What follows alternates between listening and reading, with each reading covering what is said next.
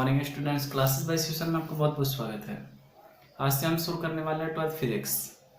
12th physics के first chapter में स्थिर वैद्युतिकी की बात करता हूँ। स्थिर वैद्युतिकी से हम स्टार्ट कर रहे हैं और आज बहुत छोटा सा वीडियो मैं अपलोड कर रहा हूँ। उसके बाद हम इसको एक्सपेंड करेंगे। अगर आपको अच्छा लगता है तो हमारे यूट्यूब चैनल को सब्सक्राइब करें, लाइक करें, ताकि आपको लेटेस्ट वीडियो और क्विक नोटिफिकेशन प्राप्त होते रहें। स्टार्ट करते हैं। हमारा जो फर्स्ट यूनिट है वह है स्थिर वैद्युतिकी। फर्स्ट ऑफ ऑल हम बात करते हैं कि स्थिर वैद्युतिकी क्या होती है। यह है क्या जो हम यूनिट पढ़ रहे हैं वो है क्या? तो स्थिर वैद्युतिकी भौतिक विज्ञान की वह शाखा है जिसके अंतर्गत स्थिर आवेशों और उनके मध्य होने वाली क्रियाओं का अध्ययन किया जाता है। स्थिर आवेशों और उनके मध्य होने वाली अन्योन क्रियाओं का अध्ययन किया जाता है। स्थिर आवेशों के मध्य कौन सी अन्योन क्रियाएं हो सकती हैं? यदि वो आवेश प्लस प्लस आवेश हैं या माइनस माइनस आवेश हैं, अर्थात आवेश समान है, तो वो क्या करेंगे? एक दूसरे को प्रतिकर्षित करेंगे। सजातीय आवेश एक दूसरे को प्रतिकर्षित करते हैं, विजातीय आवेश कैसे क्या करते हैं? एक दूसरे को आकर्षित करते हैं। इनमें आकर्षण का बल पाया जाता है। तो ये अन्योन क्रियाएं होती हैं। एक बार फिर से मैं आपको डेफिनेशन क्लियर करता हूँ। स्थिर वैद्युतिकी है क्या? भौतिक विज्ञान की एक शाखा है जिसके अंतर्गत स्थिर आवेशों और उनके मध्य होने वाली अन्योन क्रियाओं का अध्ययन किया जाता है। अन्योन क्रियाएं क्या है? ये आकर्षण और प्रतिकर्षण वाली। आगे चलते हैं। वैद्युतिकी अगर हम पढ़ रहे हैं तो हमें पता होना चाहिए विद्युत क्या है। तो हम बहुत छोटी क्लासों से इसे पढ़ते आ रहे हैं। विद्युत क्या है? आप पढ़ते आ रहे हो। आवेश के प्रवाह की दर को विद्युत धारा कहते हैं। बहुत छोटी क्लासों से आप पढ़ते आ रहे हो। आवेश के प्रवाह की दर को विद्युत धारा कहते हैं। यदि आवेश बहेगा तो विद्युत धारा प्रवाहित होगी किसी भी चालक में। बिल्कुल ठीक है। यदि आवेश बहेगा तो विद्युत धारा प्रवाहित होगी। आवेश का बहना ही विद्युत धारा है। बिल्कुल अच्छी बात है। तो आवेश क्या है? जनरल स्टूडेंट्स कंफ्यूज होते हैं और बोलते हैं सर इलेक्ट्रॉन और प्रोटॉन। आवेश क्या है? इलेक्ट्रॉन और प्रोटॉन। क्या इलेक्ट्रॉन और प्रोटॉन आवेश हैं? क्या इलेक्ट्रॉन और प्रोटॉन कहकर हम आवेश को परिभाषित कर सकते हैं? क्या इलेक्ट्रॉन प्रोटॉन आवेश की परिभाषा है? नहीं। तो आज हम आवेश को समझने वाले हैं। ये वीडियो मैं आवेश तक ही सीमित रखूंगा, उससे आगे की वीडियोस में आपको एक्सपेंड करता रहूंगा। सब्सक्राइब करें और लाइक करें जिससे आपको नेक्स्ट वीडियोस प्राप्त होते रहें। तो ध्यान दीजिए, आवेश क्या है? आवेश समझाने के लिए हमें इसकी हिस्ट्री पर जाना होगा। आवेश क्या है? आवेश की हिस्ट्री ईसा से लगभग 600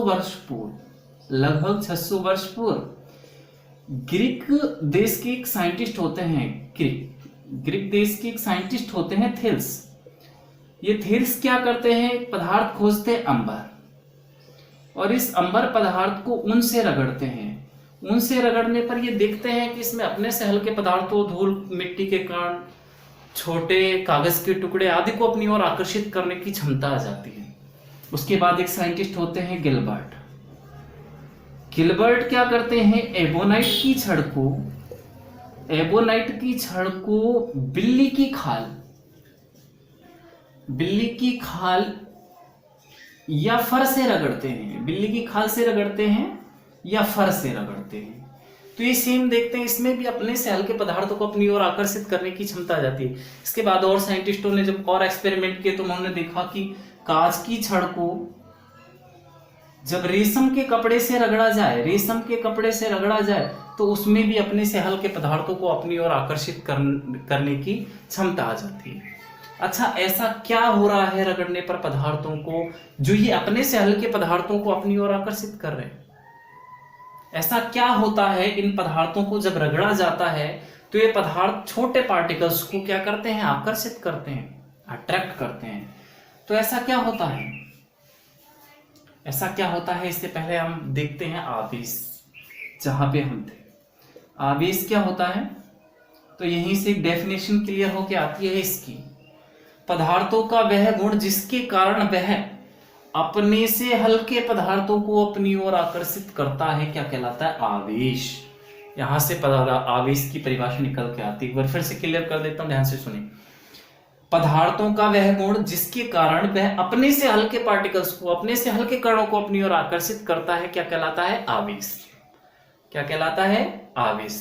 अच्छा, मैंने क्वेश्चन किया था कि रगड़ने पर ऐसा क्या होता है कि ये आवेशित हो जाते हैं। तो ध्यान दीजिए, रगड़ने पर ऐसा होता क्या है कि ये आवेशित हो जाती है। ध्यान दीजिए, मैं इसको रख कर मैं एक तत्व लेके चलता हूं, सोडियम Na। हमें पता है इसका परमाणु क्रमांक कितना है, 11। परमाणु क्रमांक 11 है तो इसमें इलेक्ट्रॉनों की संख्या कितनी होगी, 11। प्रोटॉनों की संख्या कितनी होगी, 11। ठीक है।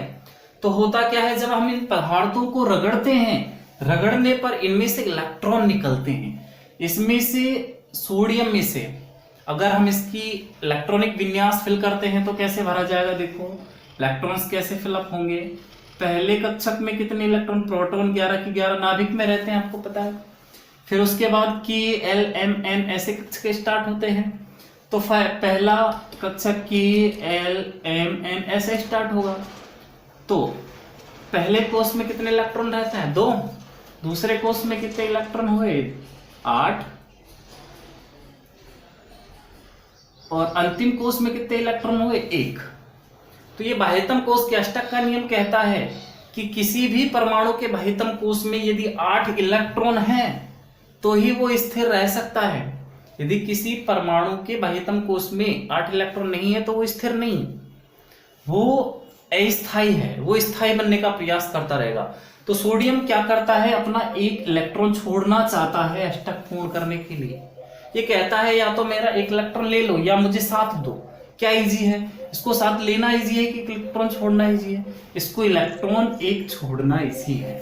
तो ये अपना 1 इलेक्ट्रॉन निकाल देता है, क्योंकि इसके नाभिक का आकर्षण बल इस पर दुर्बल होता है, तो ये अपना 1 इलेक्ट्रॉन निकाल लेता है। इसमें से 1 इलेक्ट्रॉन लेस करते हैं। कितने इलेक्ट्रॉन हुए, 11 - 1 10। 10 इलेक्ट्रॉन, प्रोटॉन कितने हैं, 11। अच्छा, इलेक्ट्रॉन पर आवेश होता है ऋणावेश। इलेक्ट्रॉन पर आवेश होता है ऋणावेश, वह प्रोटॉन पर आवेश होता है धनावेश। प्रोटॉन पर आवेश क्या होता है, धनावेश। तो इलेक्ट्रॉन कितने हैं अब सोडियम के पास, 10। और प्रोटॉन कितने हैं, 11। इलेक्ट्रॉन ज्यादा है कि प्रोटॉन ज्यादा है, प्रोटॉन ज्यादा है। तो एक कहावत यहां पे लागू होती है, जिसकी लाठी उसकी भैंस।